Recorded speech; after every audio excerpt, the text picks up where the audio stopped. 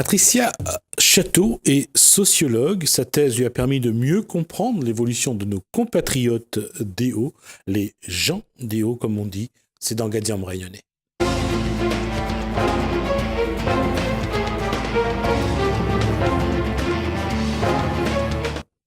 Bonsoir Patricia Château. Bonsoir Jesmi. Alors la question c'est les gens déo. Aujourd'hui on utilise un peu moins, mais à l'époque de la thèse que vous avez présentée, c'était quoi les gens déo? C'était qui et c'était quoi les gens déo?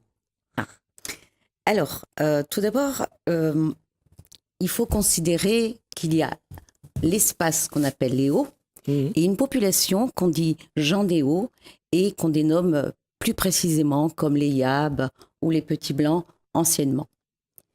Et ça, quand on dit gens des hauts, on parle que des petits blancs des hauts, on parle de tous ceux qui habitent dans les hauts. Voilà, alors ça a été donc l'enjeu et tout mon travail de recherche, c'était de comprendre d'une part pourquoi est-ce qu'on appelle cet espace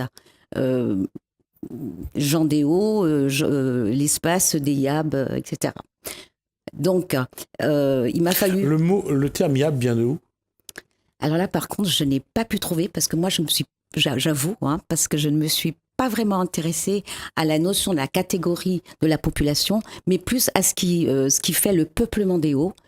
Parce que là où il y a un paradoxe, si on veut, on dit les petits blancs des hauts, mais on sait très bien qu'à partir de 1848, au moment de l'abolition de l'esclavage, ceux qui sont montés au plus haut, c'est bien les anciens esclaves, les affranchis. Oui, justement. Alors, dans l'observation de cet espace, je me suis documentée donc, et on a vu donc qu'il y a différents moments de peuplement des Hauts de la Réunion. Alors, il y a effectivement les Hauts qui se trouvent être un espace de relégation, à savoir les personnes les colons blancs d'ailleurs au départ, dès le départ de la colonisation, les petits colons, on va dire, les plus pauvres, s'appauvrissent, je me répète, et donc certains tentent leur chance dans les hauts, ou bien tout simplement pour éviter d'être pris pour vagabondage, et vont dans les hauts. Mais aussi, il y a cette question de marronnage, à savoir c'était un lieu, on va dire, un lieu non défriché, libre, où les esclaves pouvaient se réfugier. Et deux choses. Ce qui est important aussi de dire, c'est pourquoi les petits blancs remontent dans les hauts, c'est que ces terrains-là n'étaient pas exploités par les riches propriétaires terriens, même y compris pour la canne. Donc c'est vrai que ces terrains-là étaient libres, ils n'appartenaient à personne, et que ce soit pour les petits blancs ou pour les esclaves, c'était un terrain pas très accueillant en matière pour travailler la terre, mais c'était des terrains qu'ils pouvaient prendre. Oui, alors justement, cette question de la compréhension de la société des hauts, c'est fait comme vous l'avez dit, en fonction des différents peuples, enfin de groupes ethno-culturels qui se sont installés, et également en fonction de l'espace qui va être pris en charge par les gouvernements successifs. À un moment donné, lorsque on se rend compte qu'il y a trop de vagabondage sur les bars, ou alors pour essayer de réfréner l'esclavage, on va accepter d'accorder des terres aux petits blancs, comme on dit. Mais cela dit, il faut savoir aussi que la zone des Hauts n'est pas une zone homogène. Certains cirques, tels que Salazie ou Elbourg, si je me trompe, parce que ça remonte un petit peu, appartenaient déjà à ce qu'on appelle des moyens propriétaires. Vous voyez, ce n'était pas tout à fait une zone complètement déserte et tout. C'est surtout en fonction de la difficulté d'y accéder et de produire et de travailler et d'avoir des ressources. Oui, parce que c'est pour ceux c'est pas facile de le comprendre comme ça, mais à l'époque, il n'y avait pas de voiture, il n'y avait pas de tablette, il n'y avait pas de téléphone, et il fallait y aller à pied ou en charrette bœuf ou à cheval. Et c'est vrai que pour y aller, pour l'exploiter, on n'y allait pas le matin pour revenir le soir, mais quand on y allait pour 15 jours, loin de tout, quoi. Oui, c'était aussi notre phase où il y a eu ce côté où Léo, qui était je le répète, un espace de relégation, parce que non intéressant pour la production des denrées d'exportation, commençait à avoir une petite économie. Hein. D'ailleurs, je fais un détour par ceux, donc des bas, qui ont pu retrouver dans Léo un moyen de produire et de vivre mieux à travers la culture de géranium, hein, spécialement en partant de Saint-Denis, en allant vers l'ouest et tout. Mais donc, alors, juste revenir sur un point. Concernant le géranium, on en parlera après, mais je veux revenir sur ce peuplement des Hauts et ces gens des Hauts. On va aussi vous dire que ce n'est pas non plus la crème de l'élite qui parle. Ce sont des gens qui n'ont pas d'instruction, qui ne savent pas lire pour certains. Je veux dire, c'est une population qui est un petit peu en marge de la société. Voilà, on va le recontextualiser un petit peu. Il faut savoir qu'à l'époque, donc, on n'a pas l'éducation nationale, effectivement. C'est la production agricole, hein, qui vous donne, on va dire, un statut de colon bien inséré, quoi. Et effectivement, hein, vous avez donc les gros planteurs du littoral qui sont qui peuvent assurer l'éducation, la culture, etc.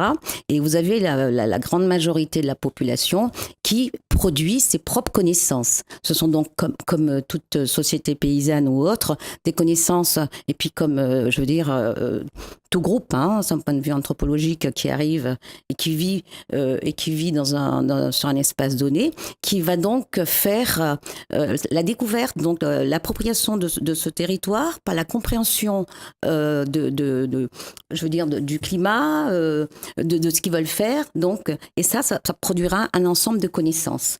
Et un vocabulaire particulier aussi, des termes, et puis des façons d'être et de faire. Hein, et puis on le voit par leur façon de travailler, un rythme dans le quotidien. Maintenant, vous avez également, effectivement, vous avez cette population, vous voyez, et vous avez donc cette population de petits colons dès le départ qui se trouve surendettés par cette économie qui est destinée vers l'extérieur et qui va appauvrir de plus en plus ceux qui ont moins de moyens.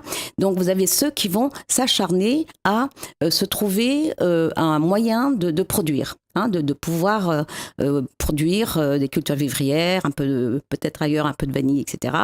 Et puis le géranium, comme on avait dit, enfin bref, différentes choses, le vétiver et tout ça.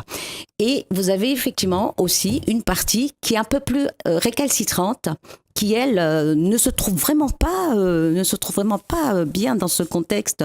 Un esclave contre des esclaves, contre une exploitation où,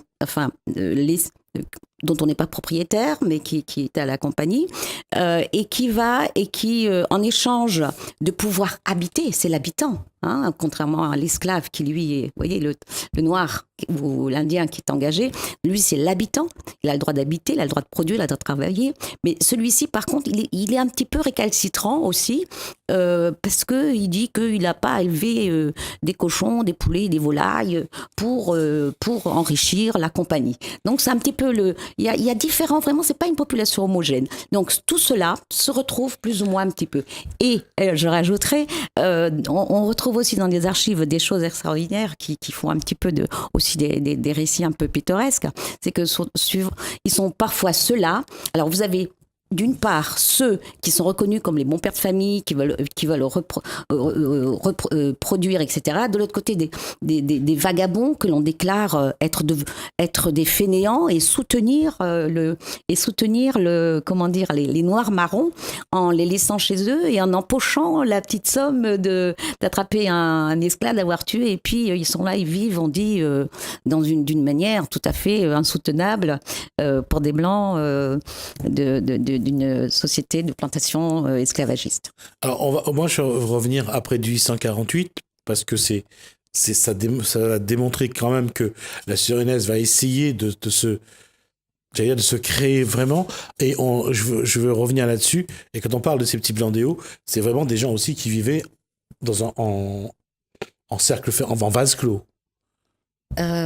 Oui, parce que forcément, je ne sais pas si c'est vraiment en vase clos, mais c'est vrai qu'il y a eu des universitaires, toute une littérature spécialisée qui essaie de démontrer qu'il y a finalement un système plus ou moins, sans avoir la même rente, hein, un système plus ou moins d'arrangements matrimoniaux. Hein. Maintenant, effectivement, on a parlé auparavant sous cette forme de consanguinité, etc. Mais Il y avait ça, il y avait aussi, en fait, c'est que la richesse des familles, que ce soit au Moyen-Âge ou à l'époque, juste après l'esclavage, et jusqu'à les années 1960, c'est que les familles, enfin 70, 80 déjà, à La Réunion, c'est que d'avoir des enfants, c'était une richesse, parce qu'il fallait de la main-d'œuvre pour travailler. Oui, tout à fait. Et surtout qu'on va dire que l'espérance de vie était assez courte. Oui, tout à fait, également aussi. Il faut transmettre le foncier, il faut transmettre... oui. Et lorsqu'on parlait... En fait, ce sont surtout les conditions de travail pour cette population des Hauts, parce que eux, quand ils plantaient la canne, ils les coupaient eux-mêmes, ils les livraient eux-mêmes en charrette à l'usine. Il y avait derrière tout ça, il y avait toute une organisation à mettre en place. Il fallait qu'ils fassent leur culture vivrière, qu'ils fassent à manger. S'ils ne voulaient pas produire pour la Compagnie des Indes, il fallait quand même produire pour la famille, il fallait élever les bêtes, il fallait vraiment s'occuper de tout.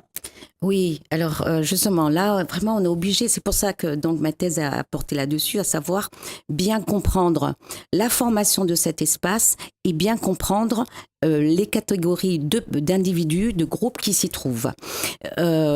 Donc, lorsque...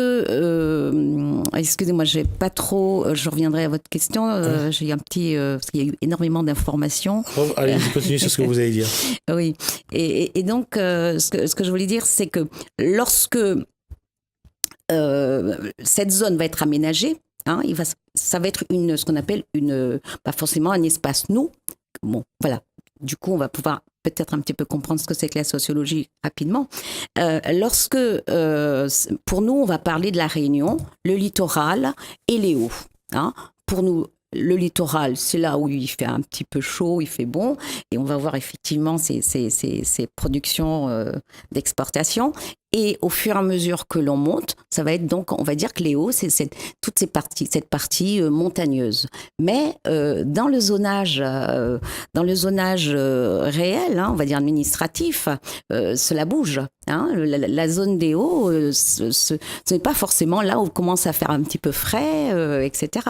Cela va être une zone qui va se définir, on va dire, dans les années 70 par une zone où on va faire un aménagement de type aménagement de montagne. Donc, il va falloir faire aussi une différence entre la zone de la canne à sucre à respecter, parce que sur les mi-hauteurs, les mi-pentes, hein, pour certains, c'est les hauts.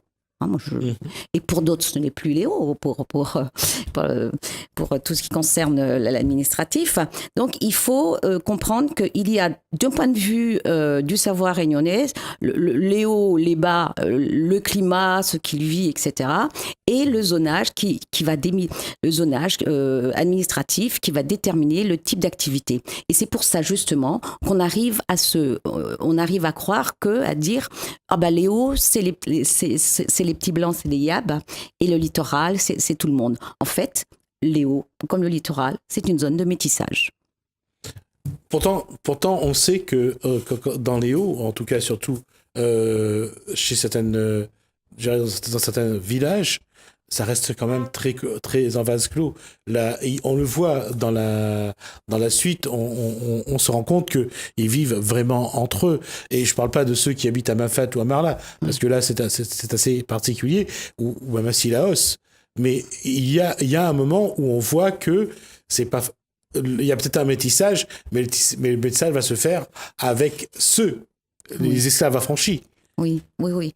Il y a cette part, et quand j'entends métissage, je veux dire par là qu'il y a la présence en dehors des catégories divisées, enfin des divisions de catégories ethnoculturelles à La Réunion, d'origine indienne, d'origine africaine, d'origine européenne, d'origine asiatique.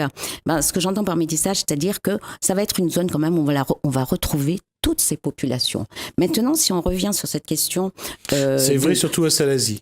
Effectivement, si on regarde la population de Salazie, on voit que dans un coin, il y a les Blancs, d'un autre, il y a les Malbars, et de l'autre côté, il y a ceux qui descendent des esclaves. On voit que c'est vrai que ça se fait... chacun choisit un petit peu son coin et le peuple. Oui, tout à fait. Ça doit être certainement une histoire foncière, mais là, je ne suis pas une spécialiste. Mais ce qu'il faut remarquer, c'est que, par contre, c'est vrai qu'on arrive dans des endroits où on se dit « Ah bah oui, il n'y a que des Blancs, là. Il n'y a que les petits Blancs. » Parce que ce sont ceux qui sont arrivés à un moment premier, donné, qui ont mis là, qui ont mis... Voilà. Hein, donc, ce qui est important aussi, c'est de dire que... C'est de savoir que on a eu peut-être une même... pour pouvoir, c'est quand même une société où la terre était très importante puisqu'il fallait, il faut produire. Enfin, c'est une population agricole, donc les terres sont importantes.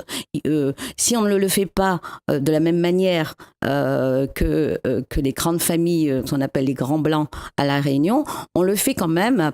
On va dire peut-être par affinité ou peut-être par interconnaissance des rapprochements. Maintenant, certains parlent d'isola. Je n'irai pas là-dessus parce que je n'ai pas eu le temps d'approfondir cette question. Je me suis juste un petit peu, on va dire, promenée sur ces problèmes. Moi, j'ai voulu travailler sur déblayer un petit peu, si vous voulez, cette question de l'espace des hauts et de la société des hauts. Et là, il faut, je pense qu'il faut reconnaître que, La Réunion, nous avons bien entendu différentes entités ethnoculturelles et que certains, par exemple, défendent à l'heure actuelle une habitude, comme ils disent. Ils en sont fiers, ils disent une façon de parler, etc. Mais ils partagent un même espace, donc forcément, anthropologiquement, ils ont dû partager des mêmes connaissances. Donc, ils ont des liens, c'est pour ça que c'est ce que j'appelle le métissage. Ils ont des liens communs. Alors, on va juste définir un petit peu l'anthropologie pour dire que c'est comprendre la façon de l'évolution d'un peuple ou d'une race et comprendre comment ça s'est réalisé, ça s'est fait et ça s'est construit surtout. Et lorsqu'on parle par exemple des Yab des Hauts, des Blancs, des petits Blancs des Hauts, on voit que ça s'est fait non pas dans une volonté de dire qu'on se met à part, mais surtout d'exister par rapport aux autres. Oui, je vais essayer de comprendre je vais reformuler. Je disais qu'à un moment, il fallait bien trouver un espace, parce que faut ça on l'a pas dit, en termes de manière plus anthropologique, ces petits Blancs des Hauts, ils viennent d'où ? Alors, comme je vous le dis, depuis le départ, vous avez... Ils sont issus de quelle région, de métropole, d'ailleurs ? Certainement, sauf que certains se sont mélangés. Au fil de certains mélanges, on va dire que, entre guillemets, la race, la nation, comme on dit en créole, a pris le dessus ou je ne sais pas quoi. Mais dès le départ, sachez que il y a bien sûr... La Réunion est quand même... sa population vient d'une part de la traite négrière, de la déportation de populations extérieures, et il y a également l'arrivée de populations de la France, de Bourbon, oui. Moi, je disais la France parce que c'était Bourbon à l'époque, qui veut se débarrasser de tous ces sujets qui ne lui sont pas très très utiles, et même voire pas très, comment dire ceci, ils ont une image, en général, soit ce sont des vagabonds, soit ce sont des enfants, on va dire, des pupilles de la nation. De la nation, peut-être pas, mais de nobles peut-être, si, vous voyez, ou des gens déshérités, et à côté aussi quand même des aventuriers, on n'en a pas besoin. C'est l'époque de l'expansion. On va aussi dire, il faut des hommes qui veulent aller... je vais essayer de schématiser un petit peu. On va dire qu'ils ont vidé les prisons, ils ont ramassé les gens sur le trottoir, des femmes, des enfants dans la rue, des vagabonds.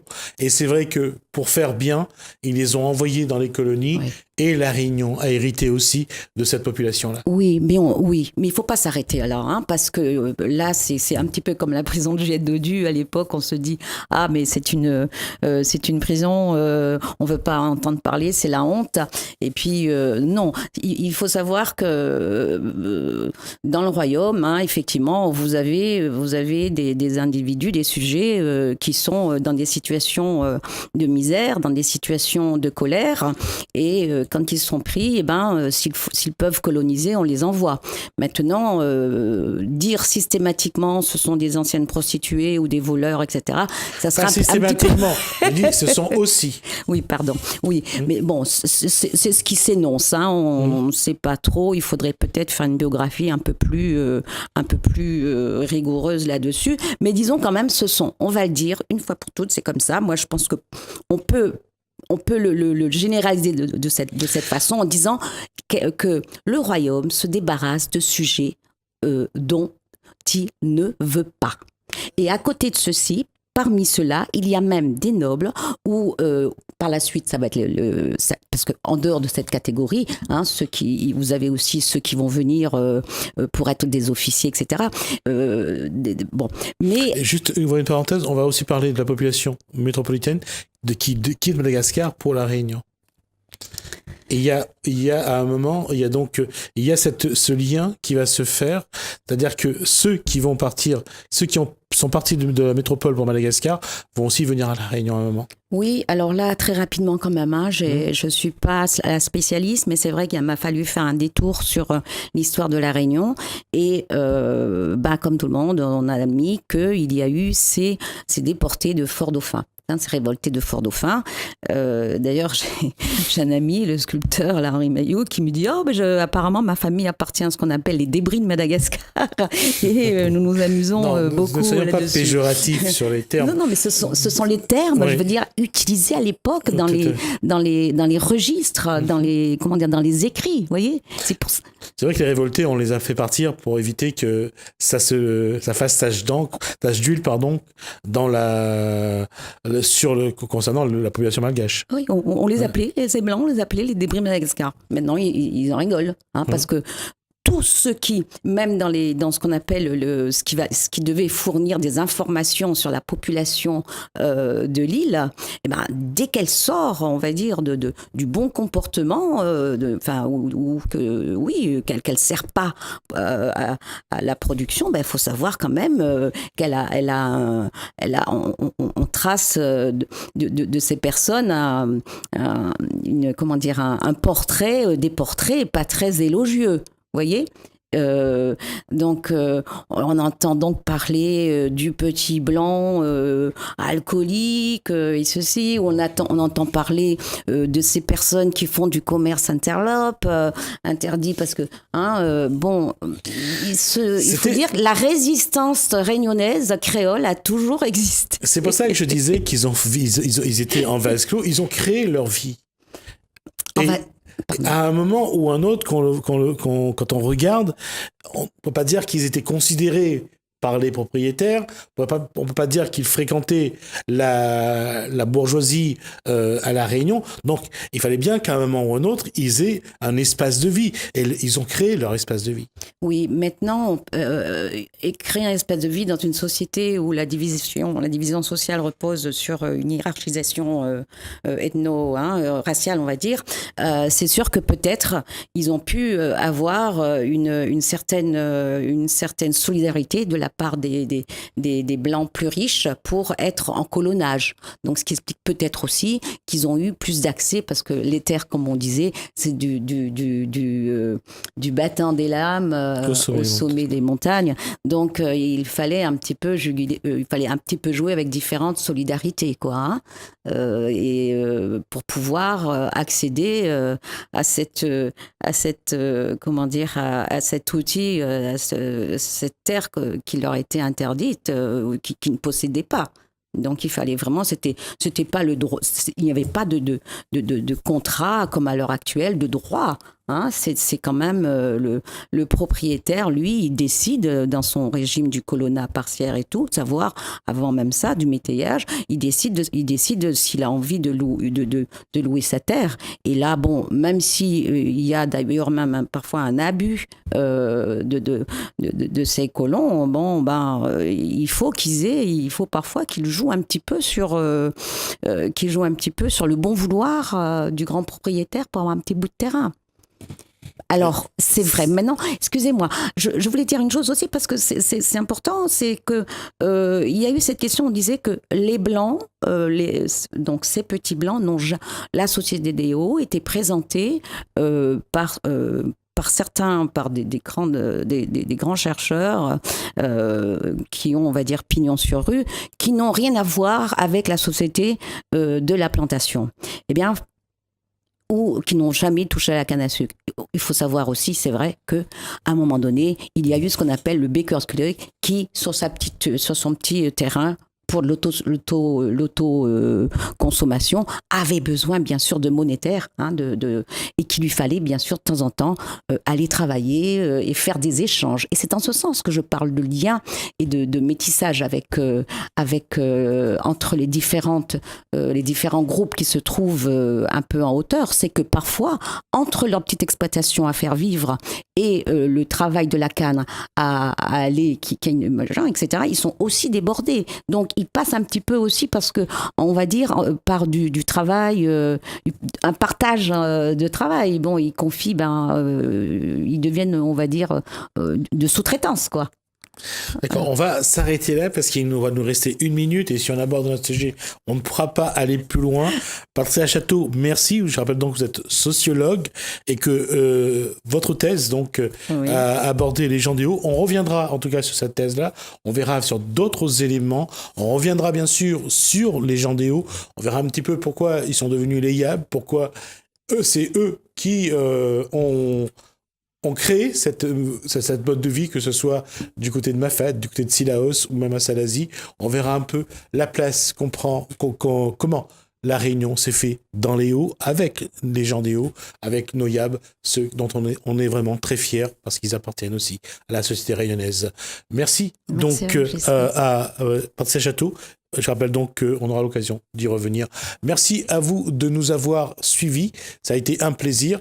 J'espère que cette semaine va bien se passer.